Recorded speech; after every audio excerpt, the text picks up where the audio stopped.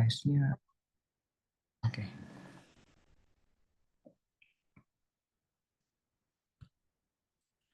Oke, halo, kenalin, aku Yudhistira. Kita kemarin udah belajar tentang sistem endokrin, khususnya di anatomi dan histologi. Sekarang kita akan belajar lagi sistem endokrin, tapi kali ini belajar tentang fisiologi dan biokimianya. Jadi ini adalah sumber yang aku pakai. Kalian bisa baca lebih di bagian buku ini, apalagi Guyton and Hall ini bagus banget. Kalau di Harper, jujur tidak terlalu banyak ya, karena di sana itu terlalu general, general gini apa namanya, bahas tentang sistem endokrinnya. Lebih lebih spesifik baca di Guyton and Hall kalau kalian nanya saranku. Oke, masih sama. Kita membahas tentang 6 organ di sini. Ada hipotalamus, hipofisis, tiroid, paratiroid, adrenal, dan pankreas. Kita bahas pertama langsung dua-duanya hipotalamus dan hipofisis ya, karena dua kelenjar ini sangat berhubungan erat. Oke, jadi sekali lagi hipotalamus, mungkin kita review sedikit. Hipotalamus ini adalah suatu kelenjar yang menghubungkan atau memegang kendali sekresi daripada glandula hipofisis atau kelenjar pituitari. Jadi walaupun pituitari kemarin kan udah aku sebut pituitari itu master of gland, jadi kayak kelenjar yang kayak mengendalikan semuanya gitu, mengendalikan semua hormon yang ada di tubuh, yang mengendalikan metabolisme tubuh dan lain-lain. Tapi sebelum hipofisis itu juga ada pengendalinya. Pengendali sekresi daripada hipofisis itu ada yang namanya hipotalamus, dan ada dua komponen yang sangat penting untuk kalian pelajari di bagian ini. Ada dua. Yang pertama itu adalah porta hipotalamo hipofisis. Yang kedua itu adalah traktus hipotalamo hipofisis.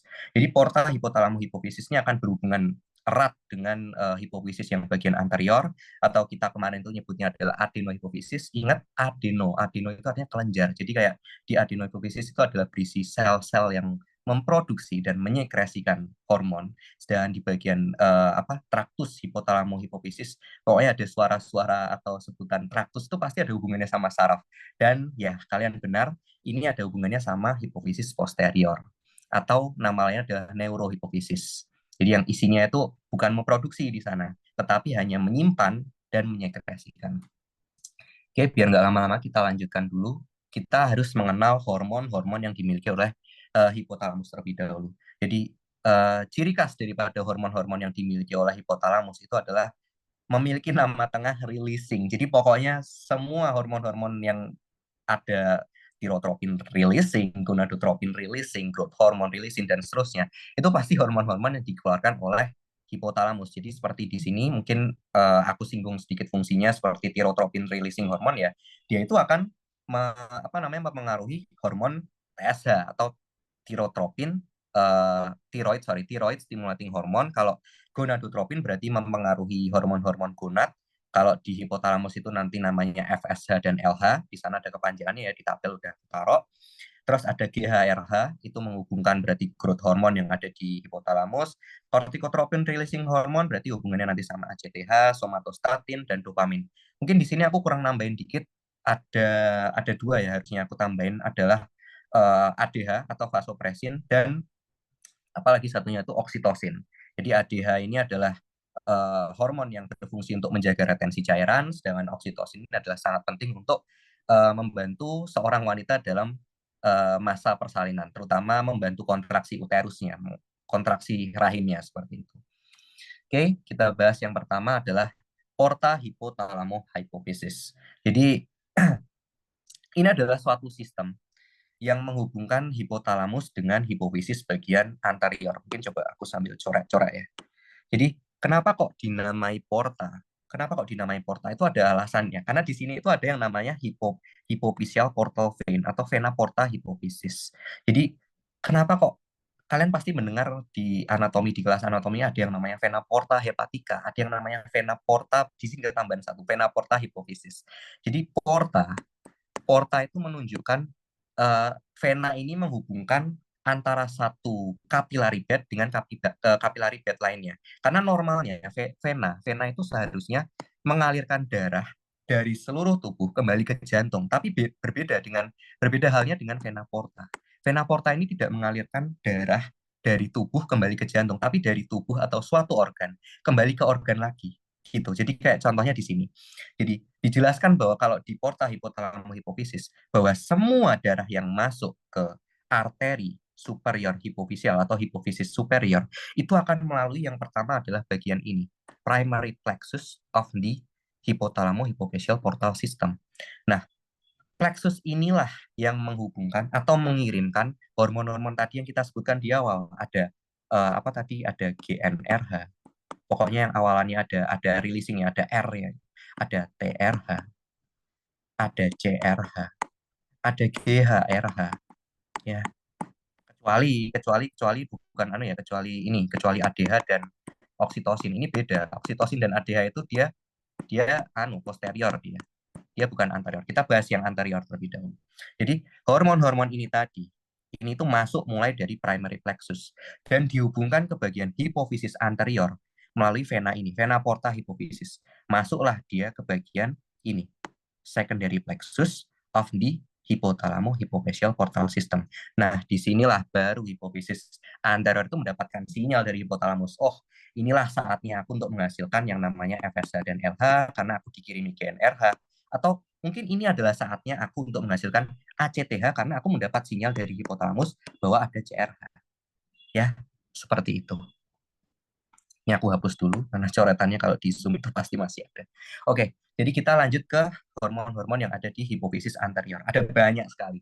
Jadi kayak mulai dari lobus anteriornya itu atau dari adenohipofisis ada banyak mulai dari TSH ya, thyroid stimulating hormone nanti yang dia itu menstimulasi kelenjar tiroid untuk menghasilkan tiroksin dan T3-nya triiodotironin ya. Lalu FSH untuk apa namanya FSH dan LH ini adalah untuk bagian kelamin gonad. Sayangnya kita tidak membahas di bagian ini karena kita fokus di bagian sistem endokrinnya saja. Mungkin akan dibahas lebih lanjut di kelas-kelas gonad nanti berikutnya di kelas-kelas kelamin. Kemudian ada GH. GH ini sangat penting untuk pertumbuhan. Kemudian ada ACTH. ACTH ini nanti ke adrenal ya. Nih, ke adrenal untuk sekresi daripada hormon kortisol maksud saya. Kemudian untuk berikutnya ada prolaktin. Prolaktin ini adalah suatu hormon laktotropik, jadi sangat penting untuk menyusui intinya. Jadi entah untuk perkembangan daripada payudara wanita atau untuk membantu apa ini namanya, sorry batuk, untuk memproduksi susu pada payudara wanita. Kemudian lagi-lagi ini yang kita bahas kemarin yang agak kontroversi ya. Jadi mungkin ini daripada kita fokus, mungkin kita akan sepakati lebih cocoknya itu dinamai sebagai pars intermedia. Karena mungkin sekalian review dikit ya. Karena di adenohipofisis, semoga kalian masih ingat ya di kelas kemarin itu ada 3 pars yang menyusun daripada adenohipofisis. Yang pertama ada pars distalis, yang kedua ada pars intermedia, ya ini tadi yang menghasilkan MSH ya, dan yang terakhir adalah pars tuberalis. Nah, yang menghasilkan hormon ini ada 2 ini di sini. Distalis itu yang ya ini tadi, ini ada banyak ini dihasilkan sama pars distalis daripada adenohipofisis, dan yang terakhir ini dihasilkan oleh pars intermedia. Oke. Oke, mungkin sampai di sini semoga bisa dipahami dulu. Ya, kita lanjut ke bagian komponen kedua yang penting. Ada traktus hipothalamo hipofisis. Jadi sekali lagi yang namanya traktus itu pasti kemungkinan besar ada hubungannya sama yang namanya saraf-saraf. Apalagi di sini nih. Kita udah kelihatan ada 2 nukleus yang yang penting. Ada pertama nukleus paraventrikular, yang kedua adalah nukleus supraoptik. Kedua nukleus ini sangat penting untuk memproduksi yang namanya ada 2 hormon tadi, ada ADH dan ACTH. Kok ACTH? Sorry. Bukan ACTH ya. Oksitosin. Oksitosin. Oksitosin. Oksitosin. Setelah diproduksi oleh 2 nukleus ini tadi, paraventrikular dan supraoptik, ADH dan oksitosin ini adalah akan dikirimkan sebagai layaknya neurotransmitter ya. Neurotransmitter melalui yang namanya traktus hipotalamus hipofisis dan berakhir di hipofisis posterior. Nah, setelah sampai di hipofisis posterior alias yang kita pelajarin kemarin di histologinya ya daripada neurohipofisis ya, semoga kalian masih ingat namanya itu adalah pars nervosa. Di sana itu ada satu komponen yang penting, yang sangat penting untuk menyimpan daripada 2 hormon ini, menyimpan dan menyekresikan. Namanya tidak lain dan tidak bukan adalah Herring body atau corpus Herring. Jadi sekali lagi neurohipofisis, sel-sel di sana itu tidak memproduksi melainkan hanya apa namanya, hanya menyimpan dan menyekresikan. Yang memproduksi siapa? Yang memproduksi itu adalah dua nukleus ini. Jadi nukleus khusus, nukleus paraventrikular dan supraoptik adalah nukleus yang disebut sebagai nukleus neurosekretorik. Jadi mereka ini adalah nukleus saraf, tetapi bisa mensekresikan hormon, makanya namanya neurosekretorik. Ya, seperti itu. Oke, semoga bisa dipahami ya. Nah, ini adalah contoh hormon-hormon daripada neurohipofisis atau hipofisis posterior. Jadi ini ada yang pertama ada ADH dan yang kedua adalah oksitosin. Mungkin untuk fungsinya kan udah aku ulang-ulang, ya tinggal bisa dibaca ulang yang ada di tabel ini ya. Oke? Oke. Jadi sebelum kita lanjut ke bagian tiroid, kita review sedikit dulu. Tadi kan kita membahas hipotalamus dan hipofisis. Jadi kita membahas bahwa hipotalamus itu adalah kelenjar yang sangat penting untuk mengatur sekresi daripada hormon-hormon yang ada di hipofisis. Dan kita belajar ada dua komponen yang sangat penting antara dua kelenjar tadi, hipotalamus dan hipofisis. Ya, ini adalah porta hipotalamus hipofisis yang mengatur sekresi hormon-hormon yang ada di hipofisis anterior. Dan yang kedua adalah komponen traktus hipotalamus hipofisis yang mengatur sekresi daripada hormon-hormon yang ada di hipofisis posterior. Ya, seperti itu. Oke, mungkin sebelum aku lanjutin, aku bersihin dulu layarnya. Sambil lihat mungkin ini apa ini. Oke. Tadi kayaknya ada gini ya. Ada siapa tadi? Ada Hugo ya. Oh, halo Hugo. Ya, Semoga bisa dipahami ya. Kira-kira, sorry, aku mau nanya dulu. Hugo di bagian hipofisis dan juga hipotalamus ada yang mau ditanyain dulu nggak? Atau udah dapat konsepnya?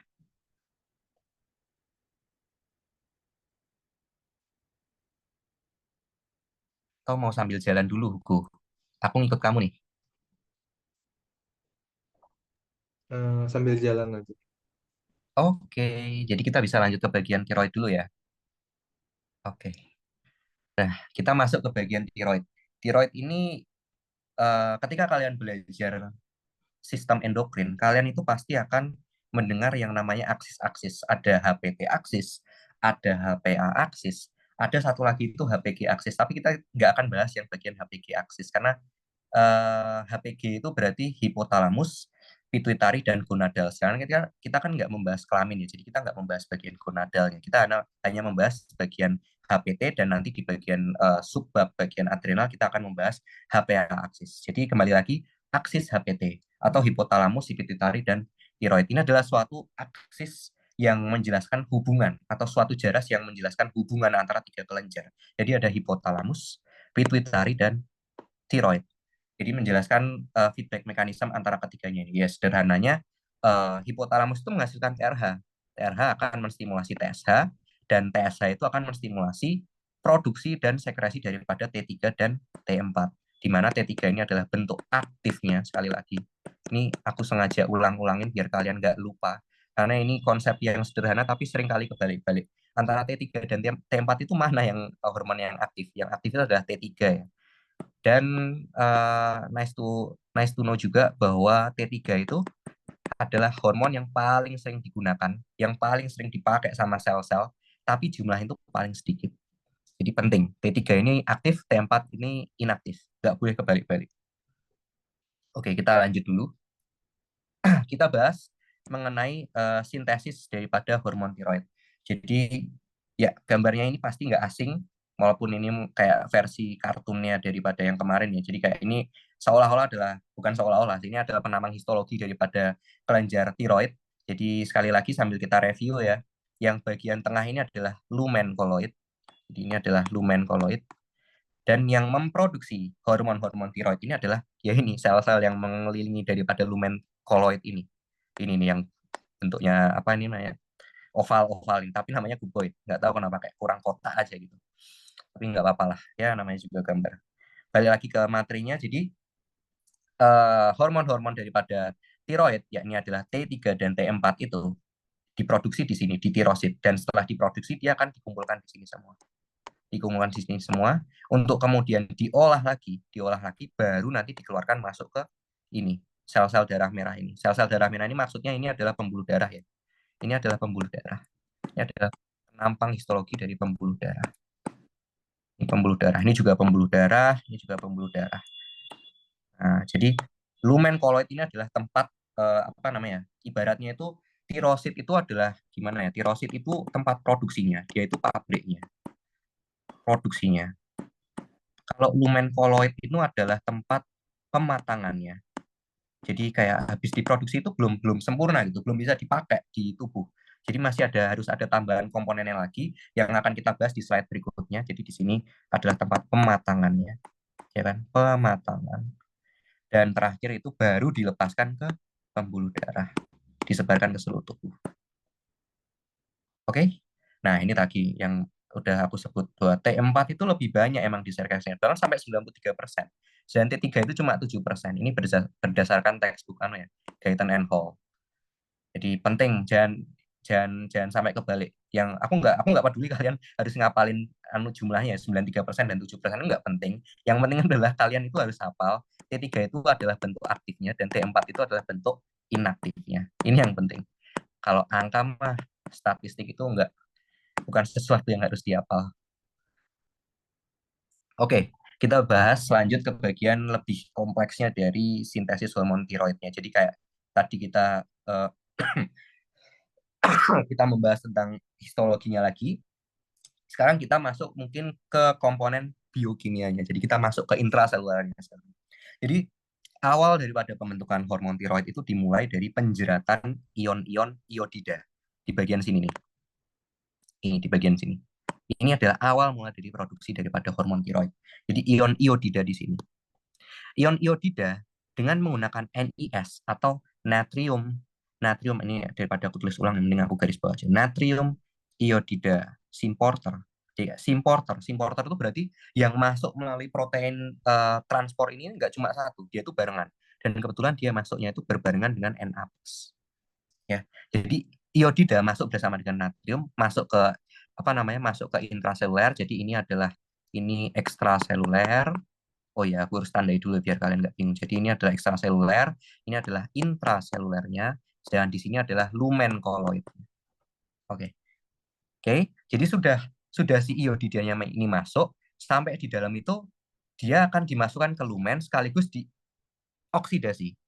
Dioksidasi dengan bantuan apa? Dengan bantuan enzim namanya peroksidase. Jadi bentuk I2.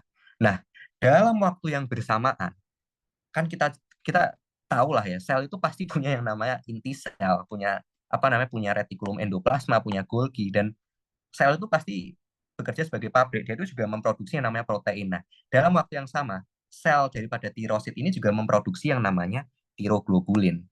Ini protein tiroglobulin, prekursor tiroglobulin, sorry. Atau kita bisa nyebutnya tirosin lah, gitu.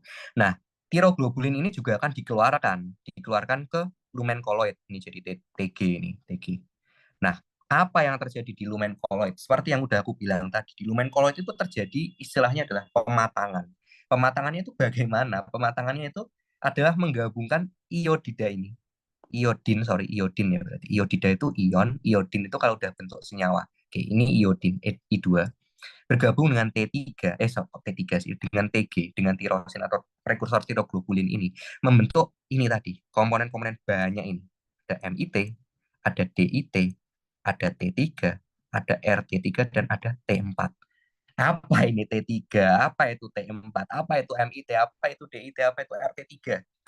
Sebenarnya sudah dibahas di bagian naskah bawahnya itu ya.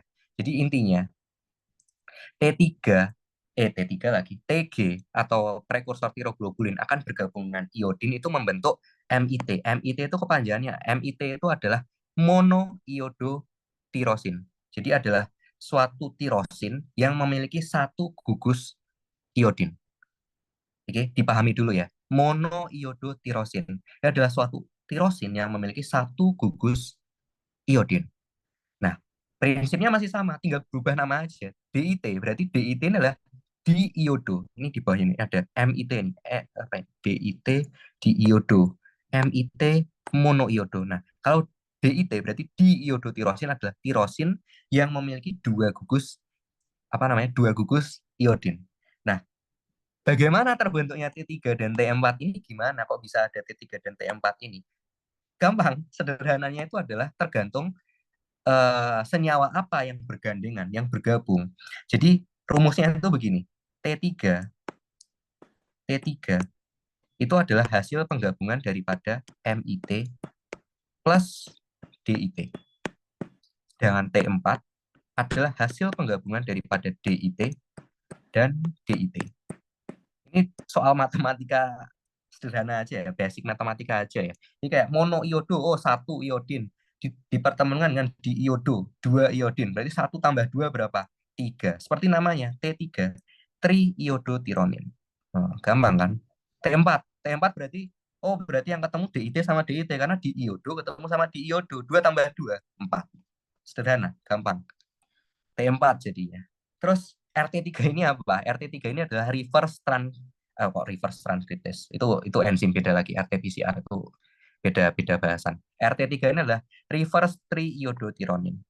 Kalian nggak penting untuk mempelajari RT3 ini karena dari yang aku baca di Guyton and Hall, RT3 ini tidak memiliki efek sistemik yang signifikan terhadap metabolisme tubuh. Yang penting ini cuma dua, T3, T3 sama T4 ini. Gitu. Itu aja yang penting. Nah, setelah terbentuk T3 dan T4, ada MIT, DIT, dan lain-lain, tiroglobulin ini tadi akan dimasukkan kembali ke intrasel melalui peristiwa yang namanya pinositosis. Pinositosis. Harusnya pinositosis, bukan pinositosis. Karena kan sito itu artinya sel. Jadi proses memasukkan kembali suatu molekul dari dalam keluar sel atau ke intraseluler kembali. Nah, di dalam apa namanya di dalam intraseluler dia itu akan diproses kembali. Namanya prosesnya adalah pemecahan. Dibantu adalah enzim yang namanya protease. Protease, protease, ase berarti kan enzim. Prote itu dari protein. Jadi kayak suatu enzim yang mengurai protein gitu. Nah, diurai dari apa? Diurai dari tadi bentuk TG ini diurai menjadi diambil T3-nya aja. Kemudian dipisah MIT dan DIT. Ya udah gitu. T3 T4-nya keluar, masuk ke pembuluh darah ya kan ke ekstraseluler disekresikan. Sedangkan MIT dan DIT-nya kan tetap atau stay di dalam intraseluler. Dan sebagian daripada MIT dan DIT ini akan mengalami yang namanya deiodinina deiodinasi, deiodinasi seperti namanya. D itu artinya pengurangan. Iodin ya gugus iodinnya tadi. ASI berarti suatu proses. Jadi suatu proses pengurangan gugus iodin. Untuk apa? Kenapa kok harus dikurangin lagi? Tadi udah digabung, tadi udah disusun, udah repot-repot dibikin, udah repot-repot dimatangin, apa malah dipecah lagi? Iya, ada tujuannya. Tujuannya adalah mempertahankan konsentrasi iodium atau iodida yang ada di dalam intrasel. Ini penting banget, harus ada ini. Kenapa kok penting? Ya, ini adalah bahan materialnya. Ini adalah bahan utama untuk membentuk tiroid atau hormon tiroid tadi. Kalau nggak ada ini ya mau pakai apa? Nggak bisa pakai bentuk ini lagi MIT DIT dikeluarin ke sini tuh nggak bisa, harus harus bentuk dasarnya lagi, harus bentuk tirosin dan bentuk iodinnya tadi begitu. Jadi ketika seseorang apa namanya kekurangan atau tidak bisa menjalankan proses atau peristiwa deiodinasi ini yang mana dibantu oleh enzim yang namanya adalah tinggal ubah bagian huruf belakangnya aja. Kalau prosesnya namanya deiodinasi berarti enzimnya itu namanya iodonase, kan ase akhirannya ase.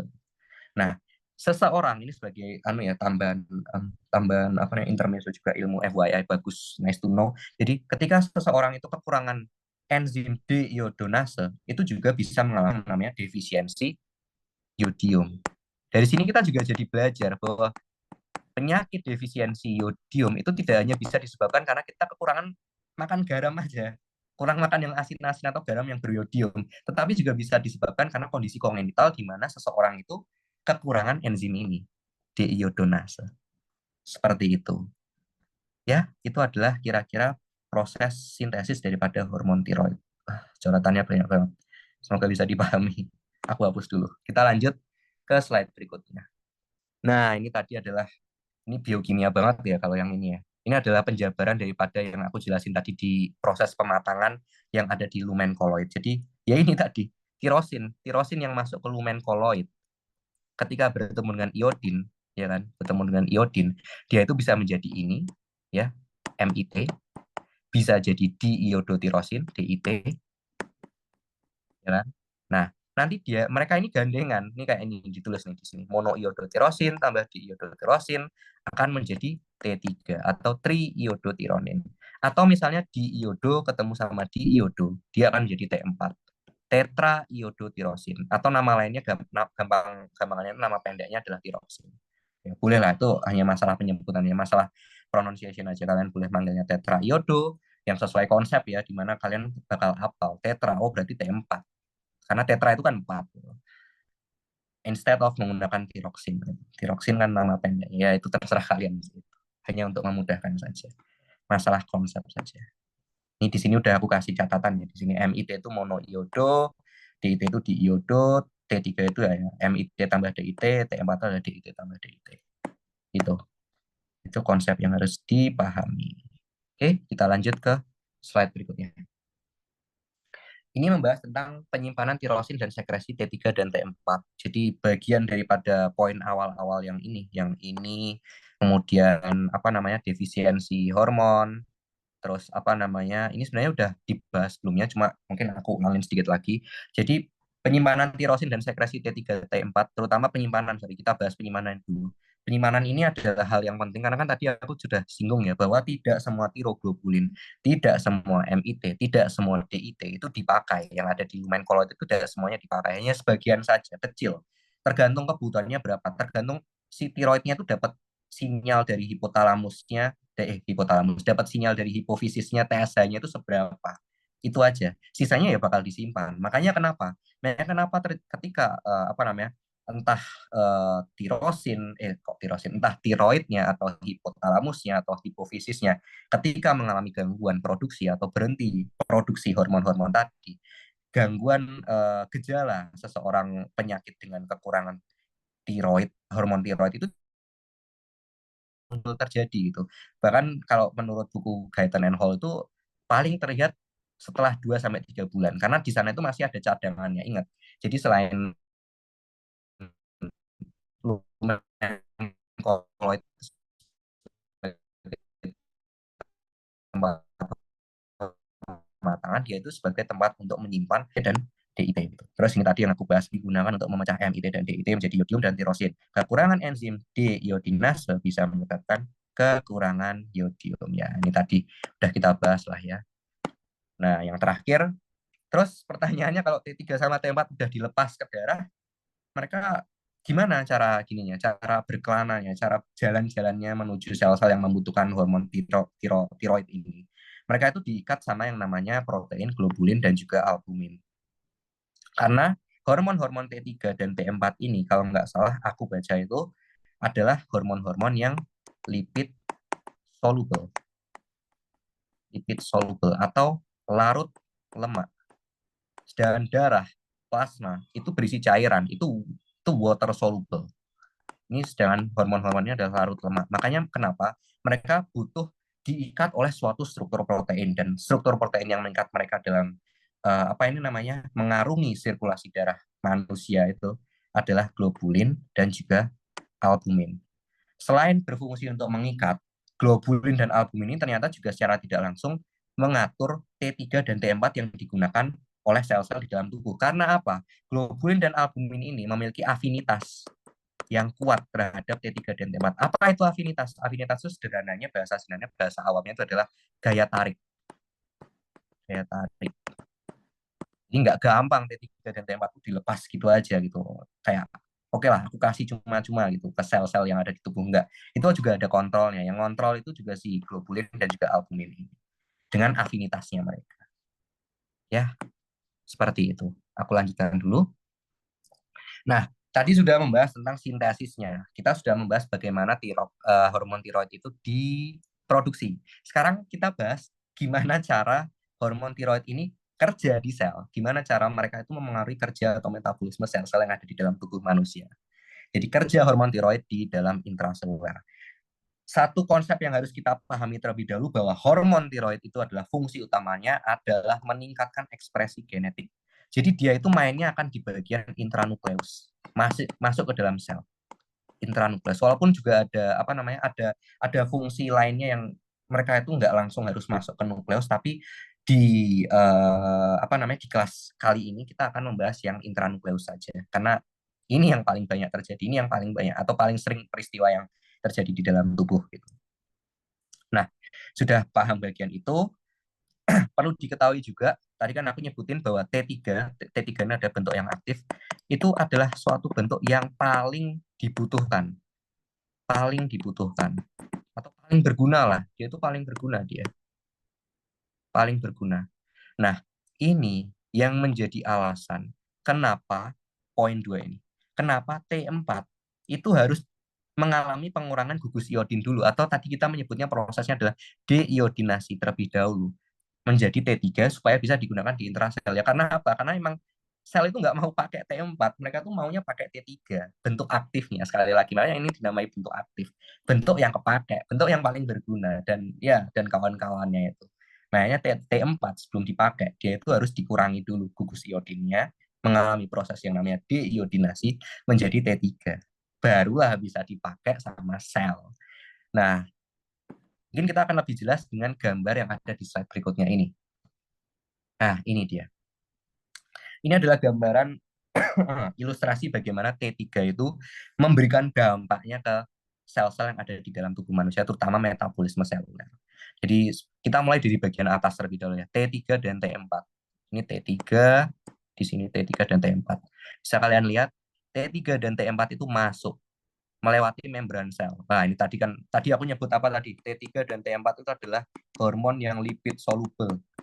Nah, semoga kalian tahu, harusnya SMA udah diajarin lah ya. Membran sel itu ada membran sel itu kan mereka itu bagian luarnya kan apa ya? Bagian luarnya kan water soluble. Water soluble kan bentuknya kan kayak gini ya, dulu kalian SMA itu gambar biologi itu. Nah, kayak gini. Ini kepala, ini ekornya ya kan. Kan bilayer, fosfolipid bilayer. Nah, ya. Membran membran sel itu strukturnya adalah sebutannya fosfolipid bilayer. Jadi pentolannya ini adalah fosfat, ini adalah ekor-ekor lipidnya. Jadi di bagian luar itu water soluble, di bagian dalamnya ini adalah lipid soluble. Nah, karena hormon-hormon T3 dan T4-nya adalah hormon yang lipid soluble, makanya mereka bisa langsung masuk, ya, bisa langsung nembus membran sel tanpa harus menggunakan suatu protein perantara atau suatu medium lah, atau suatu kanal. Kayak kayak ion-ion itu kan, ion-ion kan water soluble, makanya kenapa mereka kalau mau masuk ke dalam sel itu harus pakai kanal, ada channelnya, kayak channel natrium, channel kalium, channel kalsium, channel Cl-min, klorin ya, dan sebagainya. Nah, T3 dan T4 ini lipid soluble, makanya mereka bisa langsung nembus tuh membran sel, membran sel. Kali lagi, sudah masuk ke intrasel. Nah, ini tadi yang aku bahas. Jadi T4 itu sebelum dipakai dia itu mengalami proses deiodinase. Deiodinasi, sorry, prosesnya. Ini dibantu dengan enzim iodinase. Nah, sudah masuk ke sudah masuk ke apa namanya? Sel, mereka itu akan langsung bergerak melalui pori-pori nukleus ya. Ini adalah pori-pori nukleus. Ini pori-pori nukleus. Ini anatomi seluler ini baru akan mungkin kalian pelajari di blog BCM ya. Di BCM lah atau CPM, lupa aku namanya. Pokoknya biokimia gitu. Biomachinery, biocellular machinery, dan ya sebagainya itu. Nah, T3 sama T4 tadi, yang T4 udah diubah jadi T3 itu kan masuk ke dalam pori-pori nukleus. Nah, di dalam nukleus ada reseptor spesifik yang menunggu mereka, namanya reseptor hormon tiroid. Ini. Jadi mereka nempel di sini. Ketika sudah nempel, mereka akan memengaruhi apa namanya, proses apa ya, kalau ini ya intinya apa namanya, proses daripada eh, sintesis protein. Nah, ya ampun, kok nyari kata itu susah banget. Sintesis protein atau pengolahan untai DNA ganda di sini. Jadi mereka itu kayak memerintahkan untuk membentuk suatu protein tertentu dari untai DNA yang ada di nukleus ini. Jadi udah terbentuk apa namanya, udah terbentuk hasil sintesis proteinnya berupa apa namanya, mRNA ini. Jadi M itu kan dulu dulu kalian SMA itu kan mRNA ini adalah messenger RNA ya. Messenger RNA ini akan dibawa keluar ya kan. Di luar itu akan ketemu sama yang namanya kompleks ribosom, struktur ribosom, entah itu ribosom yang free ya, yang free atau ribosom yang terikat di RE kasar. Itu tergantung mau bentuk protein apa dulu. Ya intinya mRNA nanti di ribosom itu mengalami proses yang namanya translasi. kan emang dulu di SMA kan diajari ini ya transkripsi, habis itu translasi, ya, habis di apa namanya dibentuk mRNA, bentuk RNA yang isinya pesan-pesan kode genetik daripada DNA akan diterjemahkan, ditranslasi oleh ribosom itu menjadi ya ini banyak ada untuk apa namanya menghasilkan apa namanya pertumbuhan, ada untuk saraf, ya kan, ada untuk ke jantung, mengatur metabolisme jantung supaya apa namanya denyutnya lebih cepat, atau ke metabolisme misalnya ini ada yang penting di sini ada dua misalnya entah itu membentuk glukosa nama prosesnya gluconeogenesis atau membentuk glikogen gula-gula yang disimpan di dalam otot dan hepa glikoneogenesis seperti itu. Jadi itu adalah cara bagaimana tiroid itu bekerja di dalam intraseluler. Seperti itu. Ya, udah ke paratiroid aja. Jadi sebelum kita lanjut, kita review sejenak dulu untuk bagian tiroidnya. Ya, dari HPT Axis nih mungkin anu lah ya, sederhana lah ya menurut aku. Kalian pasti langsung paham lah. Intinya itu cuma hipotalamus ngasih TRH, TRH nanti ngasih sinyal ke pituitari untuk menghasilkan TSH. Nanti TSH ngasih sinyal ke tiroid menghasilkan T3 dan T4.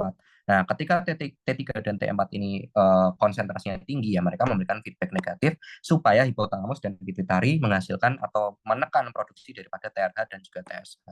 Gitu aja.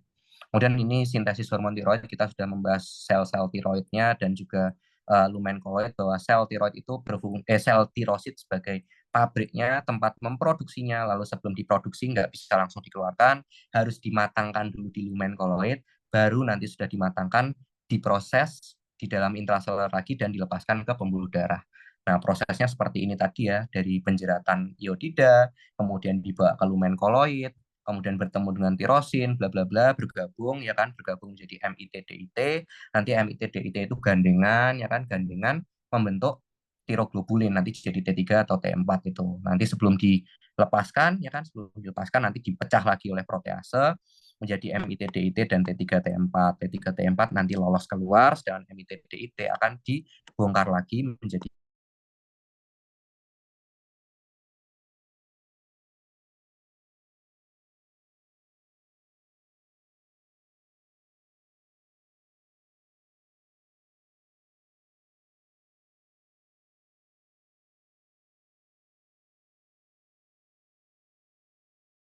kalau dua gugus ya kan dua gugus I dan ini jadi diiodo nanti kalau DIT ketemu sama MIT nanti jadi ini jadi tiga ini tiga gugus triiodo atau DIT ketemu sama DIT ya jadi T4 gugusnya ada empat gugus iosin apa iodinnya ada empat kan gampang oke penyimpanan ini ya tinggal baca aja kerja ini juga ya yang penting ini sih, yang ini.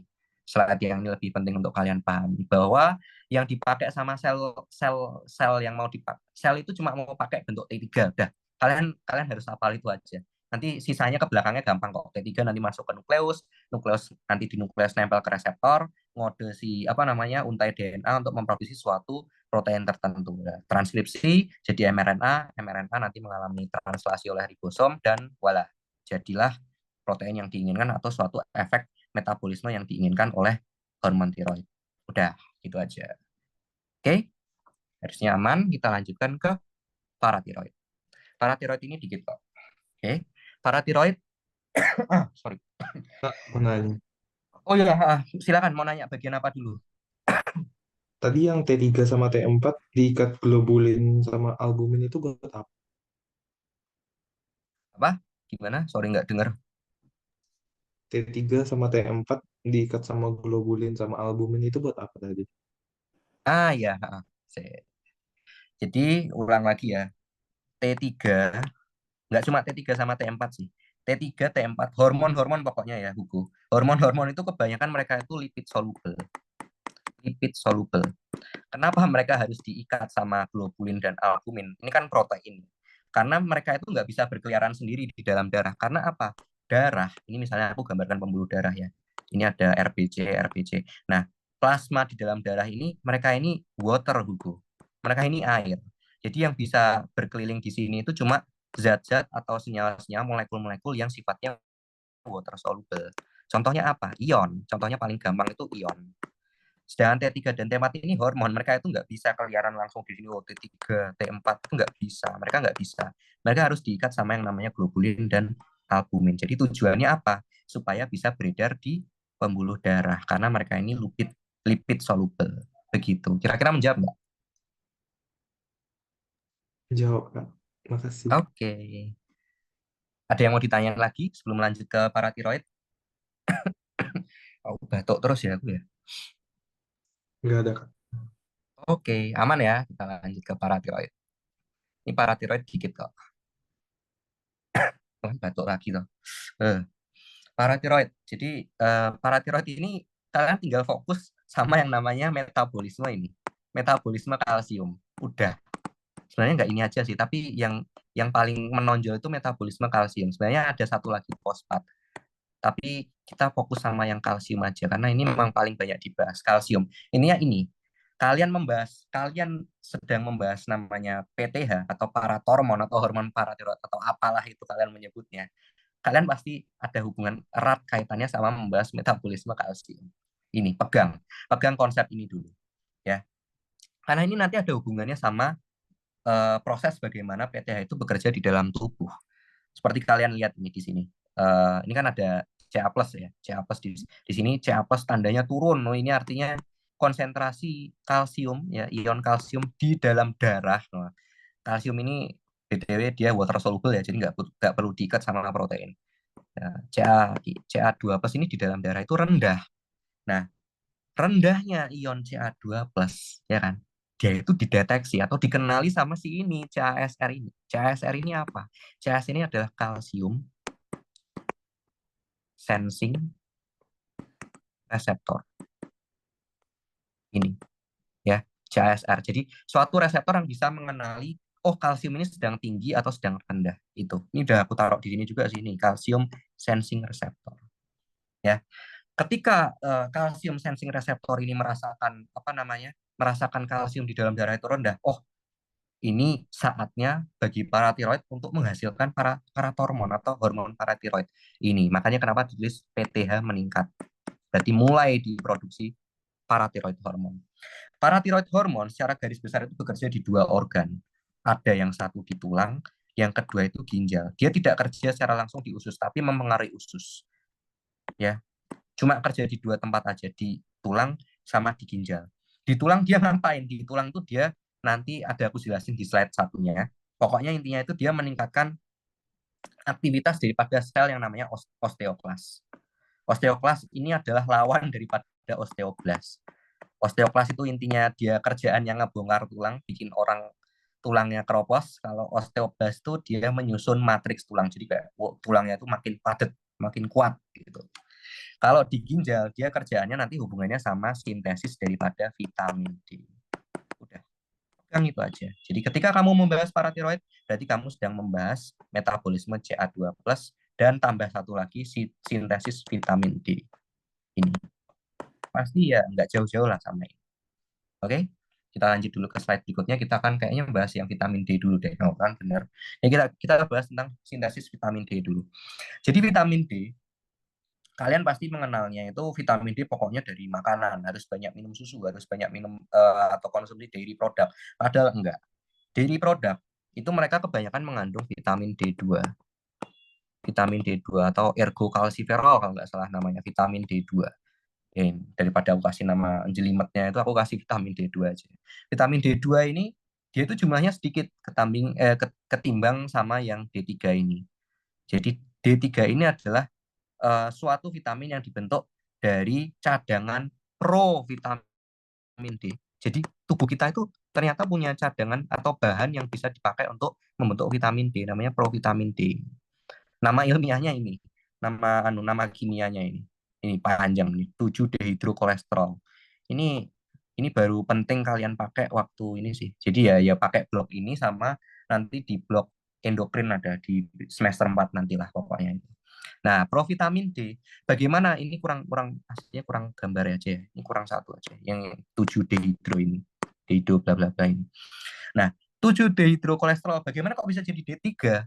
Karena dia itu kena sama sinar matahari. Makanya kenapa kok kalian itu sangat sangat disarankan ketika pagi hari itu jangan jangan menghindar dari sinar matahari, apalagi yang sekitar, kalau aku baca dari sekitar jam 7 sampai jam 10 lah ya. Ya, sinar matahari itu bagus, bagus untuk pematangan vitamin D atau perubahan dari provitamin D menjadi vitamin D3 ini. Matahari ini sangat penting untuk itu. Kalau nggak kena matahari ya udah stuck di sini. Kalian nggak punya vitamin D, kalian defisiensi vitamin D. Cuma bisa ngandalin dari makanan. Padahal cadangan di tubuh kita itu punya banyak banget. Jadi matahari sangat sangat penting ya guys ya. Nah, setelah diubah oleh matahari menjadi kolekalsiferol atau vitamin D3, dia itu di hati, ya, di hati, di liver, itu akan diubah menjadi ini, 25 hidroksi kolekalsifir. Oleh enzim namanya apa? Enzimnya ini udah aku tulis di sini ya. Ini panjang juga namanya. Di vitamin D25 hidroksilase. Aku dulu ngapalinnya itu berdasarkan nama aja. Kayak ini namanya hidroksilase. Oh, berarti ada penambahan satu gugus OH, gugus hidroksil. Ini kalau kalian dulu zaman SMA suka belajar kimia yang kayak kayak gini harusnya seru lah ya. Nggak tahu kalau kalian nggak suka. Jadi hidroksilase itu intinya kayak penambahan, ada penambahan gugus hidroksil di sana. Kemudian dari hati ya kan masuk ke ginjal si 25 hidroksikolse apa kolekalsifir ini. Dia masuk ke ginjal untuk diubah menjadi vitamin D yang aktif. Vitamin D yang kita kenal ini adalah ini bentuknya. 1,25 dihidroksikalsiferol. Tapi sebelum menjadi vitamin D aktif ini, dia memerlukan bantuan enzim yang namanya ini, D1 alfa hidroksilase. D1 alfa, vitamin D1 alfa hidroksilase. Dan agar enzim ini mau bekerja, harus ada sinyal atau kode dari PTH terlebih dahulu. Nah, disinilah PTH berperan dalam sintesis vitamin D. Di sini dia mainnya. Dia itu nempel ke ginjal, ngasih info ke ginjal, keluarin dah enzim ini nih, vitamin D1 alfa hidroksilase, biar si 25 hidroksikolekalsifer ini bisa berubah menjadi vitamin D yang aktif. Namanya si dihidroksikolekalsiferol. Dah, itu. Terus ngapain kalau udah aktif vitamin D-nya? Makanya gimana? Iyalah, kalau udah dibikin udah aktif ya pasti ada gunanya, nggak mungkin cuma sampai itu aja. Gunanya itu adalah vitamin D aktif ini akan dibawa oleh darah ke bagian usus. Jadi kayak gambar sebelumnya ini ya. Nah, ini dibawa ke bagian ini usus. Vitamin D ini dia sangat berguna dalam reabsorpsi atau penyerapan kalsium. Jadi sangat membantu ketika seseorang itu kekurangan kalsium. Selain dari konsumsi ya. Jadi nggak cuma cukup konsumsi kamu minum banyak susu tapi kamu nggak punya vitamin D yang cukup, ya percuma, kalsiumnya nanti akan dibuang sia-sia, nggak diserap sama ususnya. Karena apa? Usus itu perlu perlu vitamin D agar bisa menyerap kalsium gitu. Jadi intinya itu. Fungsi dari PTH adalah pematangan atau penyempurnaan, finalisasi daripada vitamin D yang masih apa ya ngomongnya imatur atau belum, ya katakanlah imatur gitu. Si 25 hidroksikolekalsifer ini menjadi vitamin D yang aktif, namanya si 1,25 ini. Ketambahan satu gugus OH lagi. Gugus OH-nya pertama ketambahan di apa namanya di titik 25, terus ketambahan OH lagi di titik 1. Makanya namanya kimianya 1,25 ya, kira-kira gitulah ya. Setelah diaktif, dia masuk ke usus, membantu penyerapan daripada kalsium. Udah gitu. Begitu untuk vitamin D. Sekarang kita bahas terkait yang tadi tuh. PTH kerja di, tadi kan kerja di ginjal, sekarang PTH kerja di tulang. Nah, sebelum aku bahas ini kan masih awal banget ya, baru maba, baru masuk baru masuk FK juga. Jadi kita harus mengenal komponen-komponennya dulu. Di tulang, di tulang itu ada tiga sel utama yang harus kalian tahu. Ada osteosit. Osteosit. Osteosit ini paling gampang ya, sel tulang udah. Mereka yang mengisi matrik-matrik tulang atau rongga-rongga tulang kalian itu.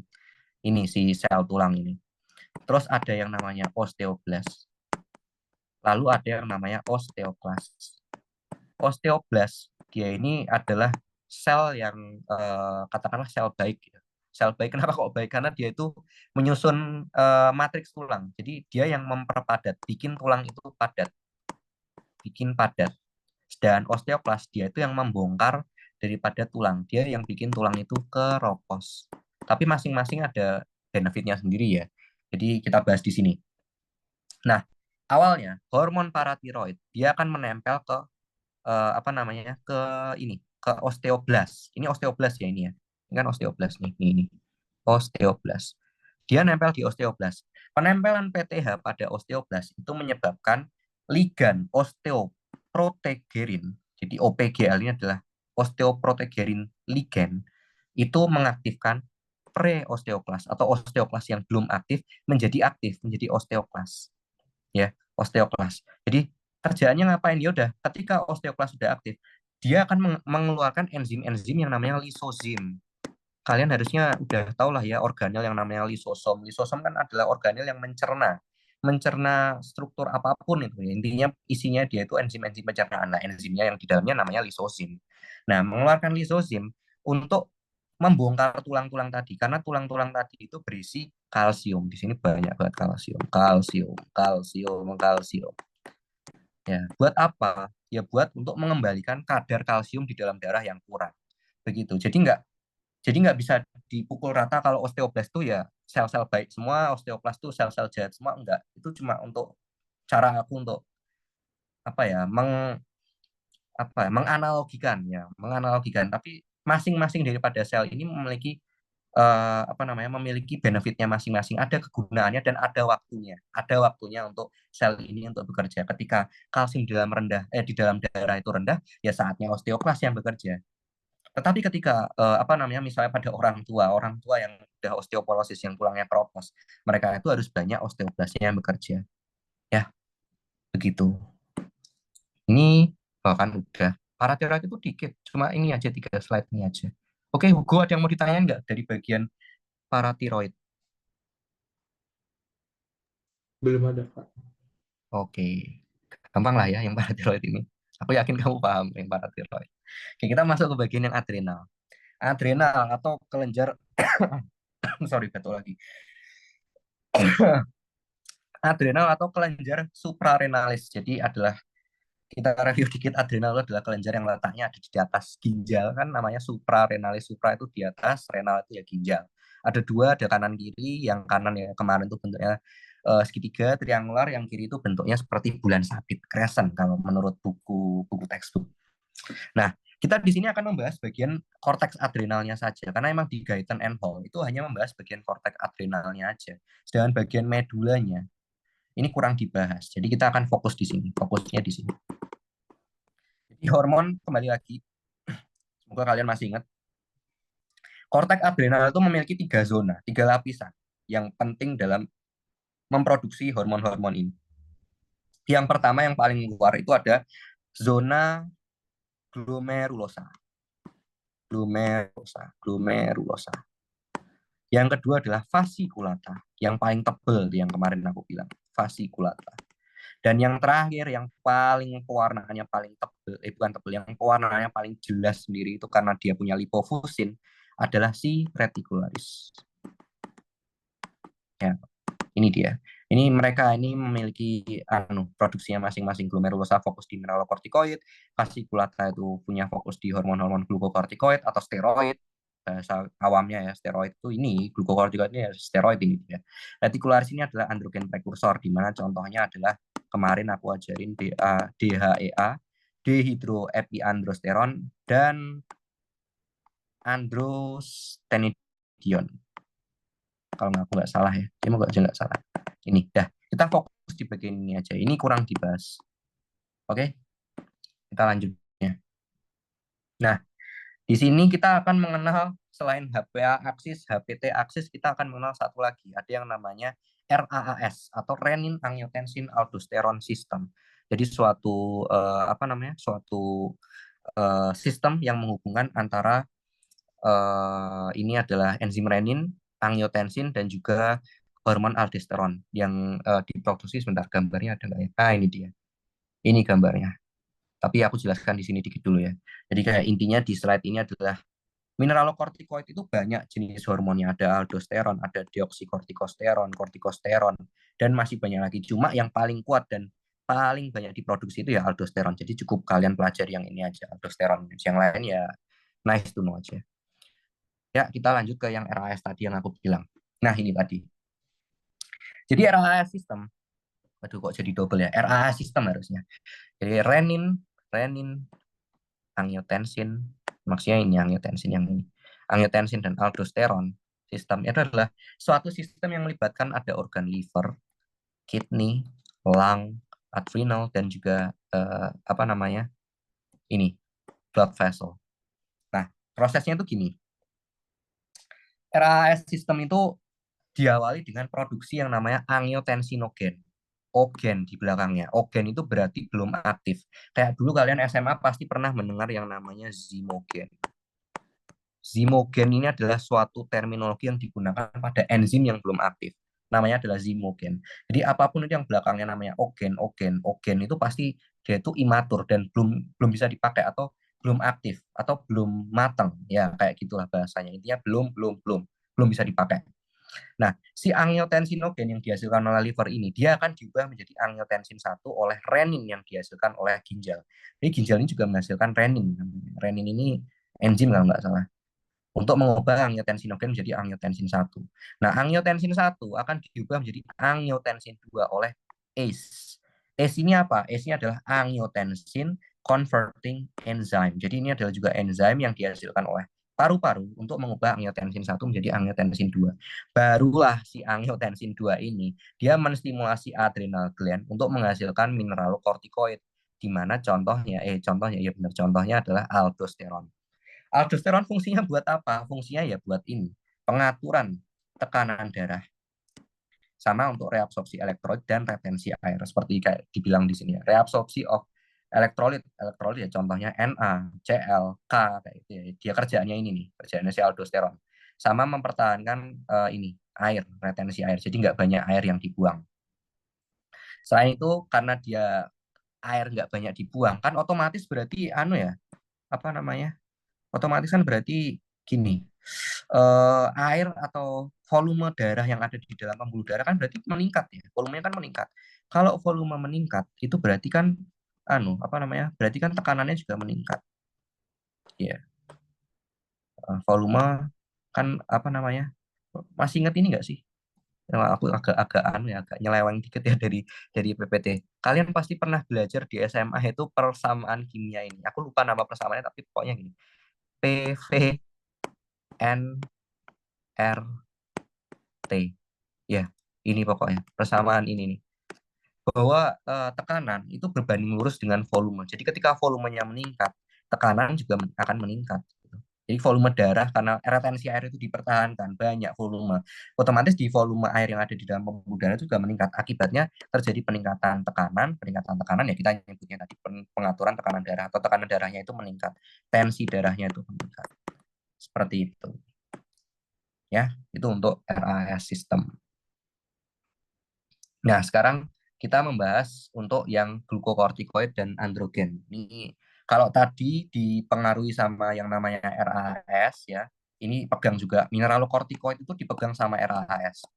Beda halnya sama yang dua hormon sisanya, glukokortikoid dan androgen. Terutama glukokortikoid sih.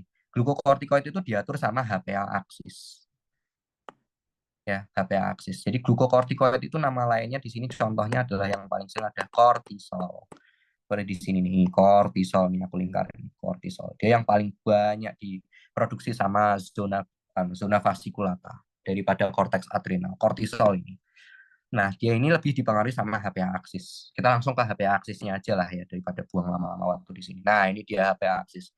Ini juga sama kayak HPT aksis yang udah kita bahas sebelumnya. Intinya dia melibatkan melibatkan kelenjar hipotalamus, bahasa Indonesia aku melibatkan pituitari dan melibatkan adrenal gland. Ini. Jadi dari hipotalamus mengeluarkan corticotropin releasing hormone CRH. Dari CRH ini akan menstimulasi daripada pituitari untuk menghasilkan yang namanya ACTH, adrenocorticotropin hormone yang akan menstimulasi adrenal gland. Ini kok bentuknya dua-duanya segitiga ya, harusnya nggak kayak gini. Ini salah ini. Ini harusnya bentuknya crescent ini. Ya bodo amat lah ya, kita nggak bahas itu. Oke, menstimulasi daripada apa namanya adrenal gland untuk memproduksi yang namanya hormon-hormon tadi, kortisol terutama. Kalau kalau mineral kortikoid kurang tepat ya. Mineral kortikoid itu nggak dipengaruhi sama ini, nggak dipengaruhi sama HPA aksis. Dia itu tadi dipengaruhi sama RAS sistem. Kalau yang ini kortisol, nah ini baru tepat, dia dipengaruhi sama HPA aksis gitu. Baru ketika kortisolnya tinggi, dia akan memberikan feedback negatif agar produksi daripada CRH dan ACTH dari hipotalamus dan pituitari itu ditekan atau dikurangi.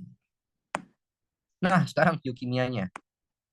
Oke, ini nice to know juga. Jadi aku cuma mau, kenapa aku ngasih gambar ini? Aku cuma mau ngasih tahu kalian bahwa semua hormon-hormon yang ada di korteks adrenal, yakni aldosteron nih, perhatikan bagian bawah nih, aldosteron, kortisol, dan juga DHEA atau hormon-hormon prekursor androgen. Jadi ada dua contohnya di sini kan, tadi aku sebut ya, DHEA atau dihidroepiandrosteron sama androstenedion, itu adalah turunan daripada kolesterol ya. Di sana kolesterol ke bawah turunannya diturunkan kayak dia itu cuma mengalami anu aja modifikasi ketambahan ini nih, ketambahan oh satunya ada gugus hidroksil, satunya enggak ada, satunya ketambahan lagi gugus metil ya kan, ketambahan CH3 gugus metil nanti jadi apa ya kan ke bawah jadi misalnya pregnenolon, jadi progesteron, jadi 11 deoksikortikosteron, kortikosteron kemudian jadi aldosteron.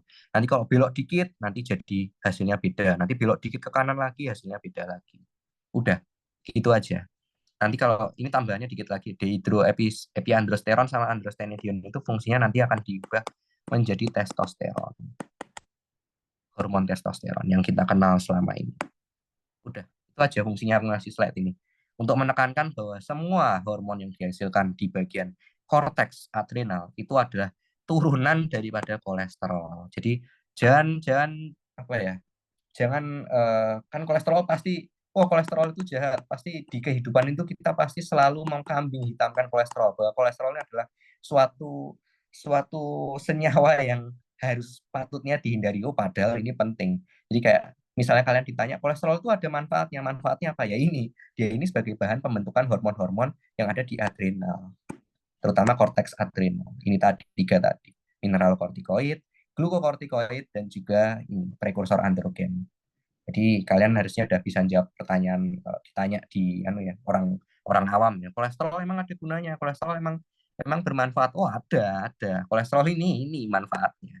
Cuma ya harus dalam anu jumlah yang normal, tidak berlebihan karena sesuatu yang berlebihan ya pasti tidak baik. Ya kayak gitulah nyanyian-nyanyiannya. Oke, sekarang tadi kita udah membahas bagaimana aldosteron atau hormon korteks adrenal itu dibentuk. Sekarang kita akan membahas bagaimana aldosteron ini memberikan dampaknya ke tubuh. Jadi kita balik lagi kayak tadi yang di apa tadi itu, yang bahas tentang tiroid ya. Ya kan sekarang kita bahas intraselnya daripada apa namanya adrenal. Jadi kayak kemarin semoga kalian masih ingat bahwa sel-sel yang menghasilkan apa namanya sel-sel yang menghasilkan tiroid sel-sel yang menghasilkan apa namanya sel-sel yang menghasilkan hormon-hormon adrenal kayak glukokortikoid dan lain-lain itu adalah sebutannya sel-sel prinsipal. Tapi sel-sel prinsipal di sini bukanlah kelenjar apa namanya bukanlah kelenjar adrenal, melainkan ini adalah ginjal, ini adalah kidney ya ini adalah kidney, ini sel kidney, ini juga sel-sel prinsipal nyebutnya. Ini sel kidney, ini adalah tubulusnya, lumen tubulusnya, entah itu tubulus contortus proximal, distal, atau yang lainnya, dan kawan-kawannya. Kan banyak itu. Cuma nggak akan aku bahas di sini, ini beda topik. Nah, di sini baru ekstraselulernya. Oke, kita sudah membagi zonanya, udah ada lumen, udah ada ekstraseluler, dan ada intraselulernya. Nah, ceritanya berawal dari sini. Aldosteron, seperti yang aku bilang tadi, ingat, kebanyakan hormon itu pasti lipid soluble. Makanya kenapa dia itu bisa menembus apa ya menembus membran sel itu secara cuma-cuma jadi ya aku masuk aja terserah aku kayak nggak butuh suatu permission gitu jadi dia tinggal masuk nah di dalam dia akan disambut oleh mineralocorticoid reseptor spesifik. Kenapa kalau aku bilang spesifik karena ini reseptor ini itu hanya bisa ditempeli sama aldosteron.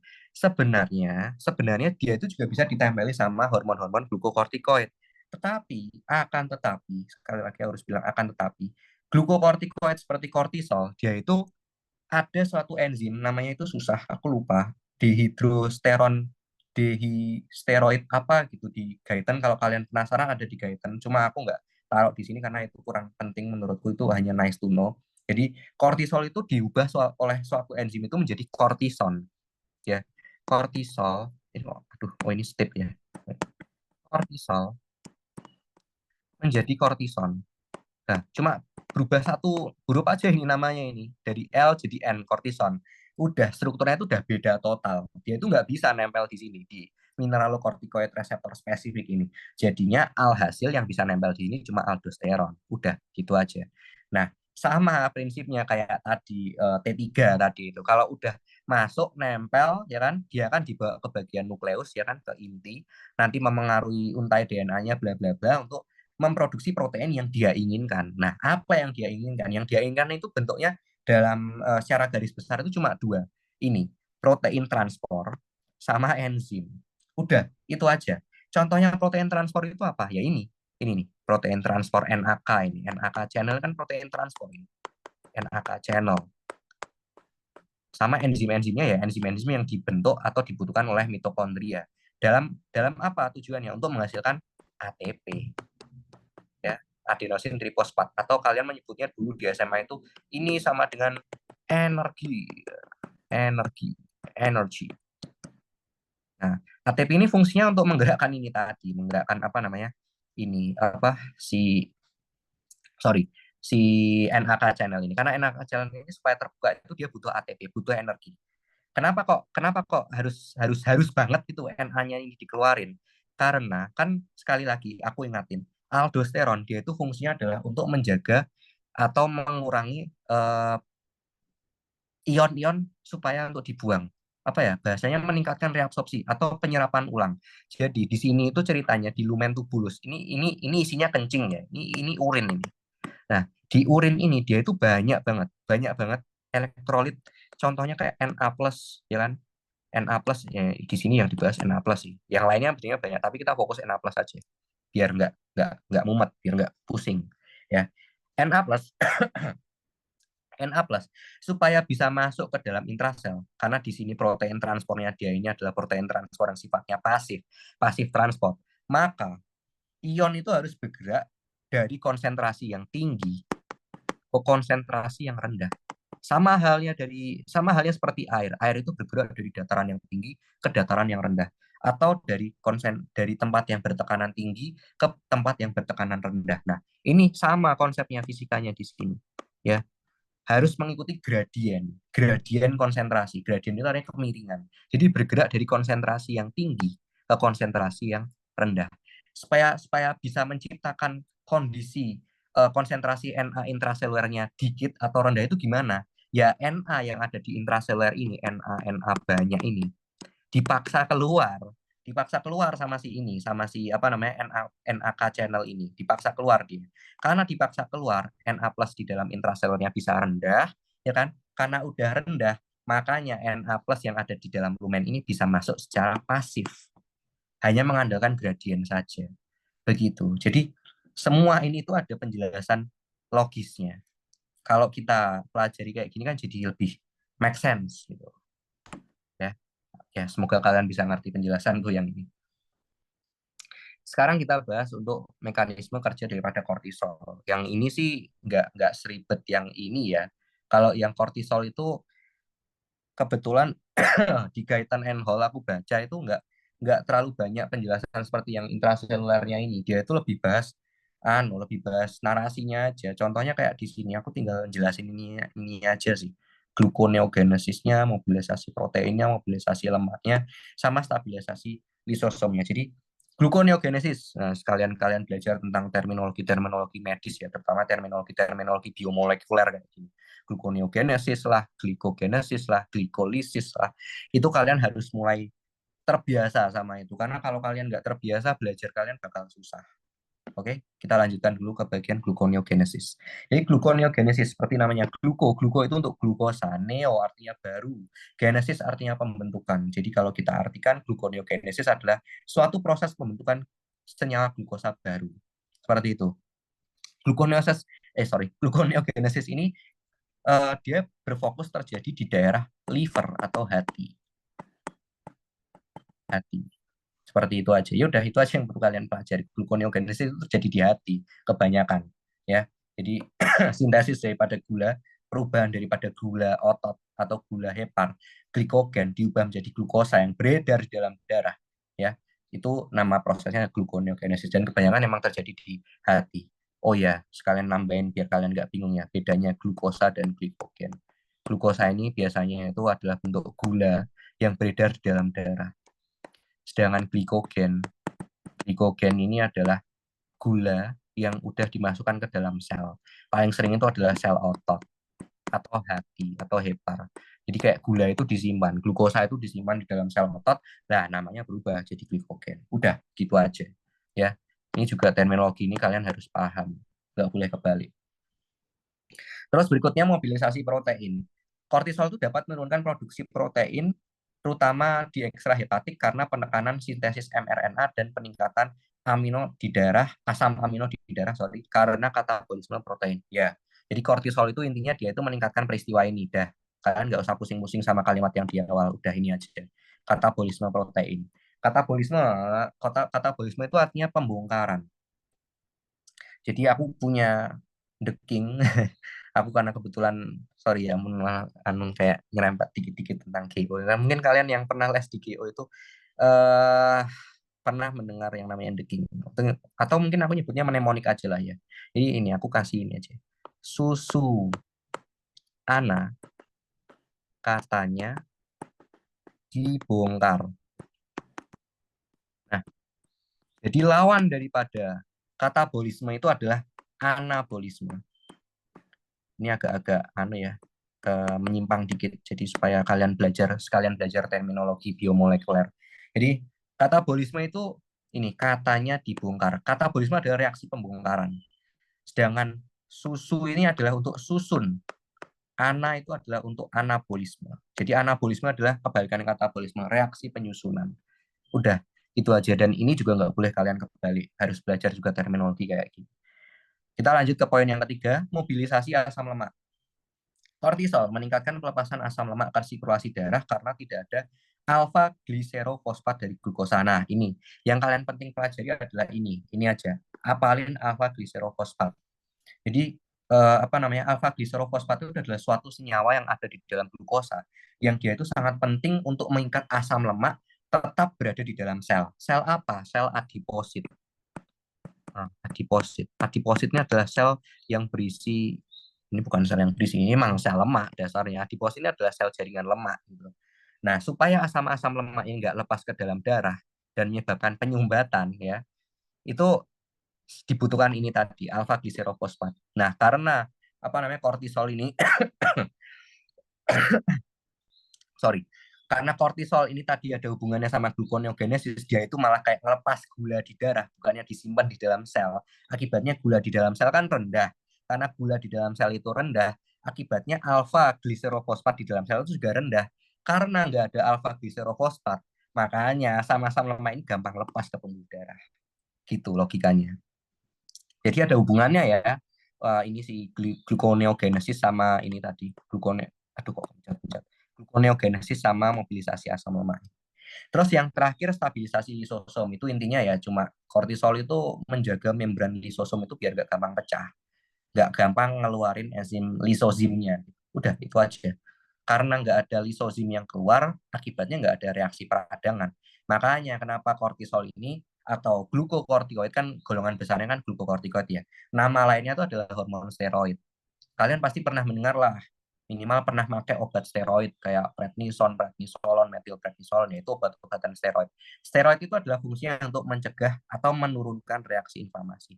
Sama halnya seperti kortisol. Kortisol ini adalah uh, secara garis besar atau orang awam itu sebenarnya kortisol itu lebih dikenal sebagai hormon yang menekan reaksi inflamasi atau reaksi peradangan gitu.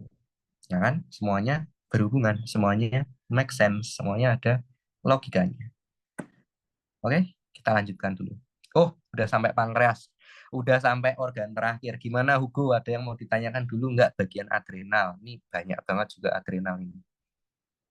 Udah mau terakhir ini. Wah, kok nggak terasa ya? Ya, gimana Hugo? Bisa ulang bagian kortisol, terus ada yang gluconeogenesis. pelepasan asam Oh, lemak tadi nggak? oke, boleh, boleh banget. Ternyata habis dibahas nggak sebatas hanya membaca narasi ya, ternyata ada logikanya di sana. Jadi oke, aku ulangi lagi. Gluconeogenesis itu adalah suatu proses pembentukan senyawa gula baru. Seperti namanya, glukosa, neo baru, genesis adalah reaksi pembentukan. Jadi kortisol di sini atau hormon kortisol di sini adalah dia berfungsi untuk menstimulasi hati untuk mengeluarkan banyak glukosa. Aku bikin catatannya mungkin lebih rapi aja ya, nggak kayak tadi itu aut-autan ya. Glukosa, udah kan? Glukosa berarti senyawa glukosa itu adalah senyawa gula yang ada di dalam darah, ya kan? Karena di dalam darah itu banyak, ya kan? Gulanya banyak yang dikeluarin. Berarti kan gula yang di dalam sel, gula di sel itu sedikit, ya. Oke, sampai sini moga paham ya, Uku ya. Gula di sel itu sedikit. Oke, sampai di sini dulu. Nah, aku nggak bakal bahas yang poin kedua ini. Aku bakal bahas loncat ke poin yang ketiga dulu ini. Karena ada hubungannya, ada hubungan antara poin ke satu dan poin ketiga. Nah, karena gula di sel rendah, ya kan? Gula itu tadi aku sebutkan, glukosa itu dia punya namanya senyawa alfa gliserofosfat. Apa fungsinya alfa gliserofosfat? Alfa gliserofosfat ini fungsinya adalah untuk mengikat mengikat asam lemak supaya apa? Supaya nggak keluar, supaya keluar maksudnya keluar ke darah. Karena kalau asam lemak itu keluar nanti bisa menyebabkan penyumbatan, Hugo. Kayak kamu pernah dengar penyakit apa namanya, penyakit jantung koroner ya, penyakit jantung koroner itu berarti ada penyumbatan di arteri koronernya dan paling sering disebabkan sama ini si lemak ini, si lemak sial ini. Jadi dia itu numpuk di pembuluh darah, mengeras, terus menyebabkan penyumbatan gitu. Nah, pelepasan asam lemak ke pembuluh darah ini dicegah sama yang namanya alfa gliserofosfat. Aku balik ini sekarang. Ini kayak alfa gliserofosfat dimiliki oleh siapa? Dimiliki oleh gula. Kenapa kok asam lemak bisa pelepasannya meningkat? Karena nggak ada alfa gliserofosfat. Kenapa kok nggak ada alfa gliserofosfat? Karena gula di dalam sel itu rendah. Kenapa kok gula di dalam sel itu rendah? Iya, karena proses gluconeogenesisnya itu meningkat. Jadi banyak gula yang dikeluarkan dari dalam sel ke dalam darah. Begitu. Ya, kira-kira gitu untuk poin yang satu sama tiga. Untuk slide yang ini ada yang mau kamu tanyakan lagi dulu nggak, Hugo? Kok aku hilangin toh? Nah, Nggak ada, Kak. nggak ada ya. Udah, itu aja memang yang agak bingung yang poin satu sama tiga sih. Semoga bisa kamu pahamin ya. Ya, aku yakin kamu paham kok yang nggak bisa bisa. Oke. Ya, terakhir, pankreas. Pankreas, kita bicara pankreas pasti bicara yang namanya insulin. Temennya insulin, sorry, bukan temennya, musuhnya. Musuhnya insulin, glukagon. Kita pasti cuma bicara tentang sel-sel yang ada di pulau Langarhan. Ada sel alfa, ada sel beta, delta, sorry, sorry, sorry. Sel alfa, sel beta, sel delta. Sama satu lagi harusnya ada ini. Yang kemarin aku bahas itu adalah pankreas polipeptide atau PP, bukan PP Pemuda Pancasila ya, bukan ya, tapi pankreas polipeptide. Tapi untungnya pankreas polipeptide ini di Guyton and Hall itu disebutkan dia kurang berperan secara signifikan, kurang berperan. Jadi kamu lucky to you, kamu nggak harus belajar banyak tentang pankreas polipeptide karena ini adalah nice to know. Dia fungsinya bahkan masih dalam penelitian, Hugo, masih dalam penelitian. Kayak ini kan si alpha ini kan dia ngasilin glukagon. Kalau si beta ini kan dia ngasilin insulin. Kalau delta ini ngasilin somatostatin. Nah, dua hormon yang dihasilkan oleh pankreas polipeptide dan somatostatin ini di Guyton and Hall itu dikatakan fungsinya masih dalam tahap penelitian. Dan apa yang aku tulis di sini itu hanya berdasarkan kayak semacam hipotesis. Ya, jadi kayak belum dibuktikan secara gamblang banget gitu loh, nggak kayak yang glukagon. Oh, glukagon berarti dia itu lawannya insulin, dia itu meningkatkan kadar glukosa dalam darah, sedangkan insulin adalah mengurangi kadar glukosa dalam darah. Itu jelas. Tapi kalau untuk yang khusus dua ini, beruntung kamu nggak harus belajar banyak tentang somato, somatostatin sama pankreas polipeptide ini karena emang fungsinya itu masih dalam tahap penelitian. Begitu. Kita lanjutkan ke slide berikutnya dulu biar gak buang-buang waktu. Nah, sekarang kita belajar tentang pembentukan daripada hormon insulin dan sekresinya. Tapi kita akan bahas untuk sintesisnya terlebih dahulu atau pembentukan daripada hormon insulin. Jadi dimulai daripada sama kayak pembentukan protein di sel-sel pada umumnya. Jadi berawal daripada inti nukleus, ya, inti nukleus. Dia memproses apa namanya DNA, menghasilkan mRNA rantai tunggal, ya kan. Nah, mRNA ini akan dibawa ke ribosom. Nih, aku tulis di sini. mRNA akan diproses di ribosom, khususnya ya, ada khususnya ini. Ribosom yang menempel pada RE kasar. Ya, pasti SMA kamu udah belajar lah itu. Ribosom itu ada yang ribosom bebas di sitoplasma sama ribosom yang nempel di RE kasar. Nah, khusus yang untuk insulin, dia nempelnya di ribosom yang RE kasar ya. Nah, di dalam ribosom yang RE kasar ini, mRNA tadi itu akan ditranslasikan. Ditranslasikan, aku tulis di sini aja deh biar translasikan. Translasikan ya. Ditranslasikan menjadi apa? Menjadi praproinsulin. Ini, praproinsulin. Ini aku lingkarin. Praproinsulin. Atau di sini nyebutnya bahasa Inggrisnya preproinsulin ya, terserah kamu. Gak apa-apa. Yang penting kamu tahu bahwa praproinsulin itu masih mengandung rantai A, jadi chain A, chain B, dan juga peptida C. Jadi ada tiga komponen di sana, Hugo. Ada A, ada rantai B, dan juga peptida C. Nah, masih di dalam ribosom, ya kan? Masih dalam ribosom RE kasar ini, dia itu akan diproses untuk ditambahin satu ikatan ini. Enggak satu sih, ada dua sih ini. Kamu kelihatan nggak di sini, Hugo? Ada kayak ini nih, ada kayak yang hubungin ini loh, ada kayak selang, kok selang, ada kayak jembatan yang aku gambarin di sini nih. Nah, ini itu adalah ikatan, aku lingkarin aja deh. Ini nih, ini nih. Nah, ini dua ini adalah, aduh ini harusnya aku nyari gambar yang agak lebih ngejelasin yang ini sih. Tapi ya kalau kamu penasaran bisa cari di Google ya, Hugo ya. Jadi dua ini adalah ikatan disulfida, Hugo. Ikatan disulfida. Jadi masih di dalam ribosom itu preproinsulin itu ditambahin ikatan disulfida atau ikatan apa namanya S, ya ya sulfur ya. Disulfida karena ada dua ini, di kan dua, ada dua ikatannya di sana disulfida. Oke. Nah, setelah dari dalam ribosom ini, ya kan?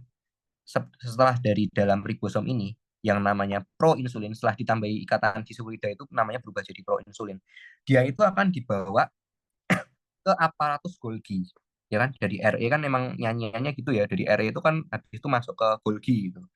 Masuk ke Golgi, dia akan diproses lagi dari proinsulin menjadi insulin. Bagaimana bisa menjadi insulin? Dia dipotong aja sih, Hugo. Kayak lihat ini. Kan ini di sini nyambung ya, Hugo ya. Ini kamu kamu lihat di sini kan masih nyambung nih, rantai A, rantai B dan peptida C kan masih nyambung. Nah, insulin semuanya ini jadi putus. Lihat ini putus, di sini juga putus. Tapi ikatan disulfidanya masih ada karena emang ikatan disulfida ini sangat penting agar insulin itu dapat bekerja. Jadi FYI, kalau insulin nggak punya ikatan disulfida ya, Hugo ya, dia itu nggak bakal dianggap sebagai insulin. Jadi kayak ya emang gitulah protein ya. Kamu ngubah satu kode aja itu udah jadi protein yang beda. Apalagi ini kamu ngilangin satu ikatan, gitu. Udah jadi protein yang beda. Kamu nggak bisa nyebut itu insulin. Jadi nggak bisa bekerja sebagai insulin pada umumnya. Gitu. Ini balik lagi di aparatus Golgi, proinsulin itu akan diubah menjadi insulin dengan hanya memutus ini aja rantainya, jadi kayak kepisah. Satu kantong ini, satu granul ini, dia akan berisi peptida C sama insulin. Insulin ini masih sama ya isinya rantai A dan rantai B, sama ikatan disulfida. Udah itu aja. Ini udah aku tulis kok nih. Insulin dalam bentuk rantai A dan B dengan ikatan disulfida. Udah, ini tuh insulin. Sisanya bukan, peptida C itu hanya tambahan. Kebetulan mereka dibungkus di granul aja yang sama. Nah, udah kita bahas selesai di sintesisnya, sekarang kita bahas sekresinya. Bagaimana bisa insulin itu disekresikan? Nah, itu ada prosesnya. Kita mulai dari sini. Ketika ada glukosa di dalam darah, ya kan, sel sorry aku batuk-batuk ya. Jadi sel itu akan mengekspresikan, memunculkan kanal namanya GLUTs. GLUTs, GLUT. GLUTs ini bukan otot bokong ya, bukan otot gluteus ya. Ini GLUT ini ya, memang GLUT. Kalau nggak salah ini glukosa uptake transporter ya, bukan GLUTs bokong, tapi GLUT protein transport yang berfungsi untuk memasukkan glukosa ke dalam intraseluler ya. Nah, sudah sampai glukosanya masuk ke dalam intraseluler ya kan. Karena glukosa ini dia butuh protein transport karena dia itu water soluble. Nah, masuk ke dalam intraseluler, dia itu akan mengalami masih ingat lah ya dulu kamu SMA kamu belajar ini glikolisis, kemudian siklus Krebs, terus TCA siklik TCA ya itu aku juga agak lupa sih tapi intinya itulah kamu si glukosa sorry bukan kamu yang mengalami glikolisis tapi glukosanya mengalami glikolisis, kehilangan satu ATP dan menghasilkan pirufat. Nah, kayak yang kita pelajari dulu di SMA, pirufat kan emang bahan bahan untuk pembentukan ATP di apa namanya di mitokondria. Nah, dia akan memasuki siklus TCA ini tadi, TCA cycle untuk menghasilkan ADP. Dari ADP, ya, adenosin difosfat, ya, ADP aku tuliskan aja biar nggak bingung deh, biar paham sepaham-pahamnya. Adenosin adenosin di fosfat. Jadi ada dua gugus fosfat di sana. Ya, nama-nama kimia kayak gini tinggal kamu belajar anu aja, terminologinya aja.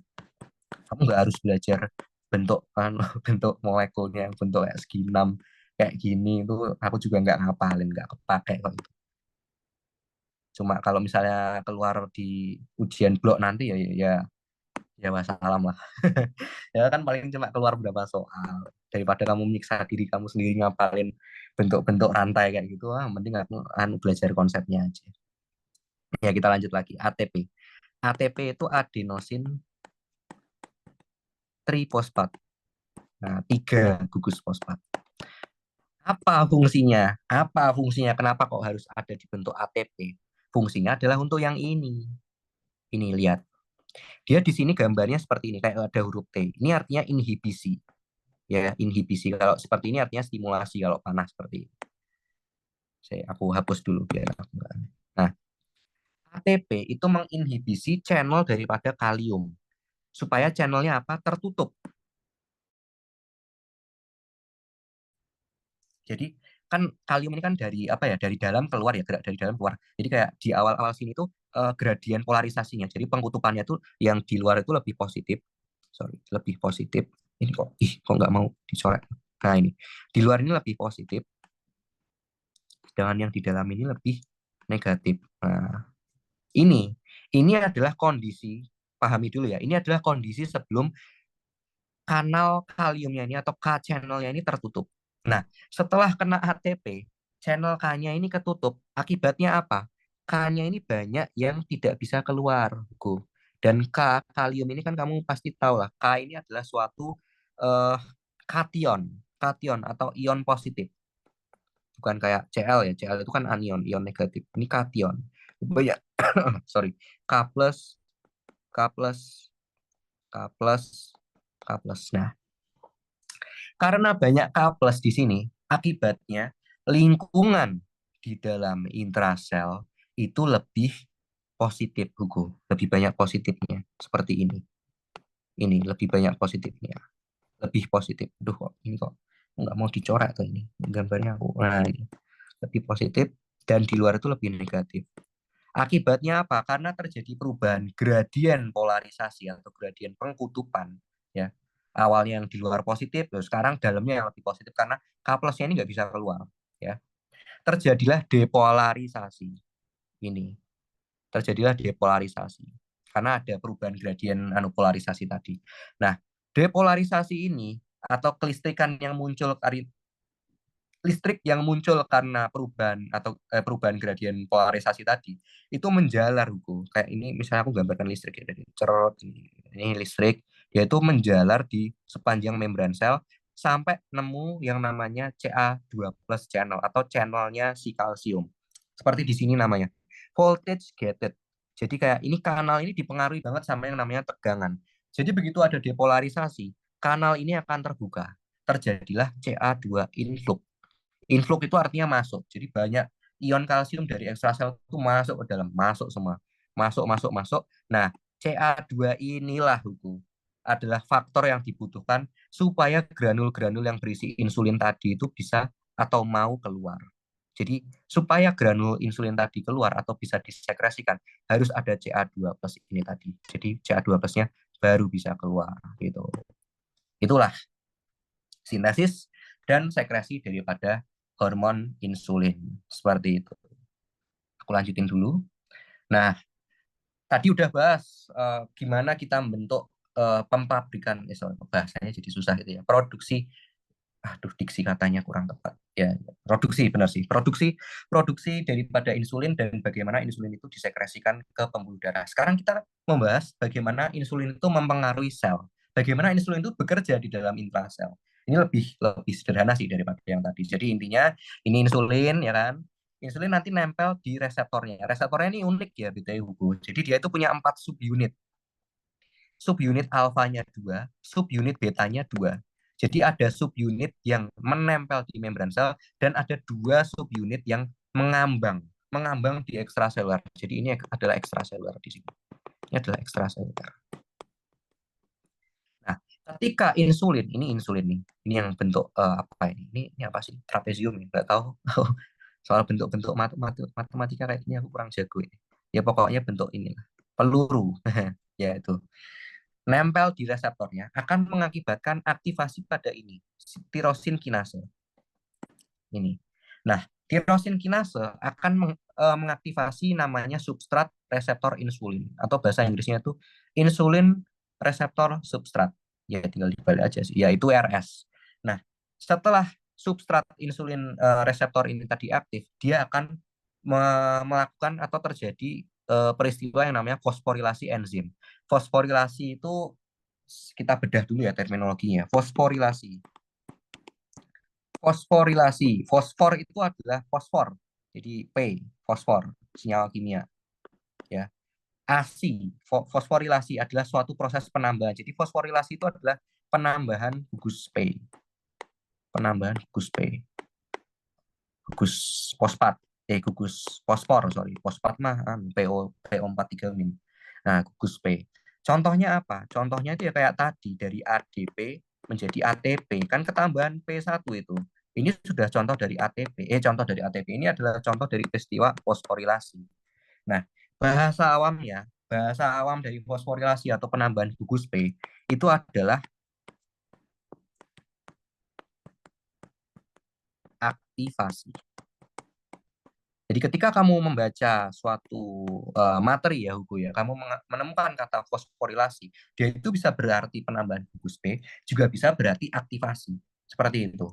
Jadi ketika apa tadi kan kita bahas IRS ya, dia akan mengaktifasi enzim ya kan, enzim-enzim tadilah yang akan menyampaikan pesan yang ingin disampaikan oleh insulin. Bentuknya seperti mau sintesis protein kayak mau sintesis lemak, mau sintesis glukosa, pertumbuhan ekspresi gen dan lain-lain itu luas banget, itu banyak banget. Contoh yang paling gampang adalah misalnya mengaktifasi enzim yang menggerakkan ini protein transport, membawa kanal GLUT.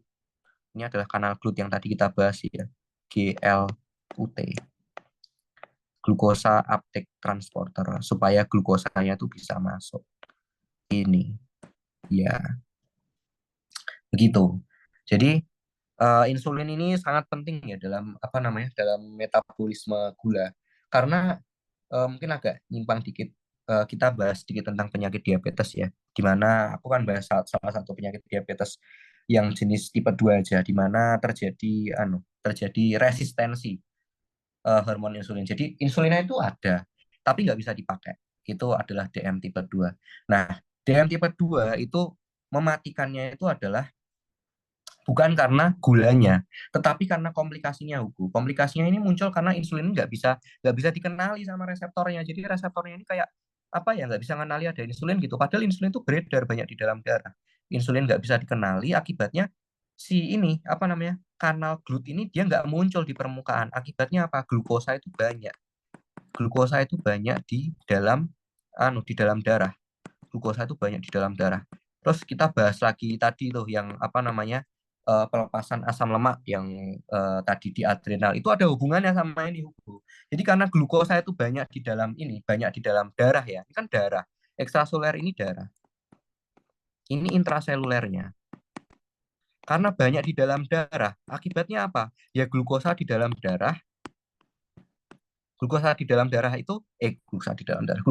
sel itu rendah. Karena glukosa di dalam rendah, ada satu tadi yang kita kita bahas tadi yang penting dalam menjaga supaya asam lemak itu nggak keluar. Iya, alfa gliserofosfat ini. Karena glukosa di dalam sel itu rendah, alfa gliserofosfat di dalam sel ya otomatis juga rendah. Akibatnya apa? Akibatnya banyak asam lemak atau lemak-lemak, sel-sel lemak lah katakan. Sel-sel lemak itu yang dilepaskan ke dalam darah.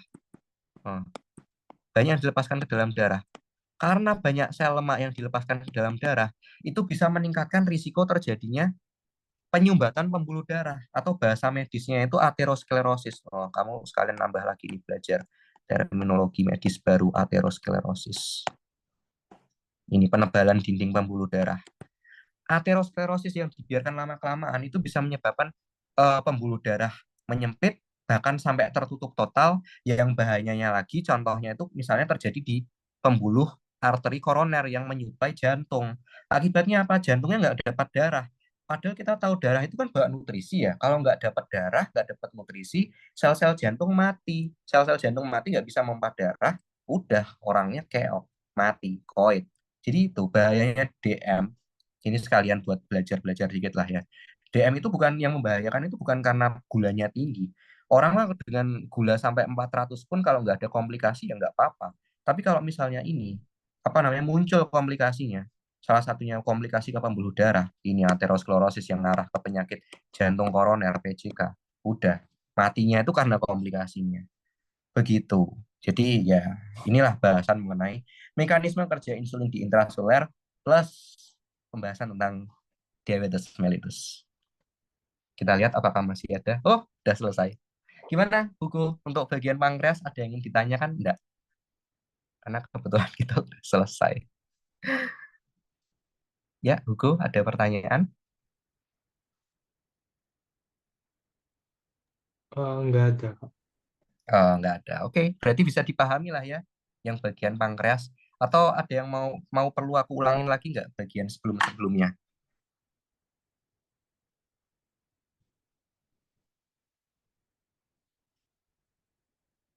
Nggak ada sih, Kak. Oke, nggak ada juga ya. Jadi, oke, thank you buat Hugo sudah datang ke kelas ini. Kita bisa sharing-sharing bareng. Sebenarnya di bagian slide terima kasih ini aku mau nambahin kata-kata dikit sih, kalimat bahwa ini ada hubungannya sama kasus yang lagi rame ya. Kamu kalau ngikutin yang itu senioritas itu. Jadi aku sebenarnya mau nambahin di sini kalimat senior itu adalah orang yang masuk dan mengalami lebih dahulu. Itu saja, tidak lebih dan tidak kurang. Jadi kayak kalau misalnya aku sekarang koas dan aku lebih senior dari kamu itu bukan berarti aku lebih pintar daripada kamu. Aku cuma ya udah belajar ini dan mengalami ini itu lebih dulu aja daripada kamu. Dan kamu masih punya kesempatan untuk bisa lebih lebih daripada aku. Aku yakin kamu pasti bisa, apalagi kamu baru masuk ke FK, masih banyak banget kesempatan buat kamu berkembang di FK. Begitu. Waduh, kok bahasanya berat gini ya. Oke, gimana? Mungkin aku udah kembalikan untuk ke moderator ya. Makasih buat waktu dan tempatnya. Halo, moderator. Itu link postnya udah ada juga itu. Atau mungkin aku stop share dulu ya. Oke, aku stop share dulu ya. Oke.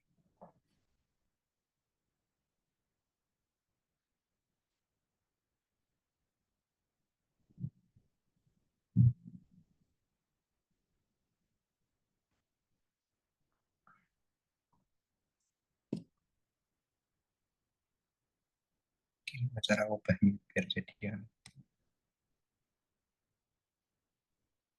ini.